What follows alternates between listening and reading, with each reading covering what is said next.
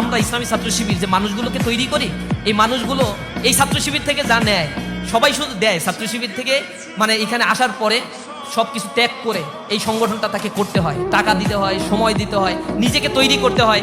ছাত্র শিবির তো কোনো বিল্ডিং না যে এখানে কোনো কিছু জমা করে রাখা যাবে, এটা হচ্ছে একটা মানুষের combination of some sorts of people. এই মানুষগুলোকে ইসলামী ছাত্র শিবির দক্ষতা সম্পন্ন করে গড়ে তোলে, কম্পিউটার স্কিল, ভাষাগত দক্ষতা, একাডেমিক এক্সিলেন্সি, এই সব কিছু দিয়ে রেজাল্টের প্রতি আমরা প্রতি মাসে তদারকি করি, লেখাপড়া করছো কিনা, রিপোর্ট পেশ করো, কয় ঘন্টা পড়ছো, কয় ঘন্টা পড়া উচিত। সিনিয়র ভাইয়েরা জুনিয়র ভাইদেরকে তদারকি করে। বিদেশে হায়ার স্টাডি করতে যাবা, আলহামদুলিল্লাহ পৃথিবীর সব দেশে ইসলামী ছাত্র শিবিরের ভাইয়েরা এখন হাজার হাজার ভাইয়েরা, লক্ষ লক্ষ ভাইয়েরা এখন হায়ার স্টাডি করছে, বিভিন্ন ইউনিভার্সিটিতে প্রফেসরের দায়িত্ব, বড় বড় প্রতিষ্ঠানগুলোতে জব করছে। তারা সংগঠনের প্রতি লায়াবল থাকে। তারা এমন না এই সংগঠন করতে আসছে লুটপাট করার জন্য, চান্দাবাজি করার জন্য, এরপরে এখান থেকে টেন্ডারবাজি করার জন্য, টেম্পো স্ট্যান্ড দখলের জন্য। এই কাজ তো ইসলামী ছাত্র শিবিরে এসে করা যায় না। ইসলামী ছাত্র শিবির কি কারণে করতে আসে? নিজেকে তৈরি করার জন্য করতে আসে।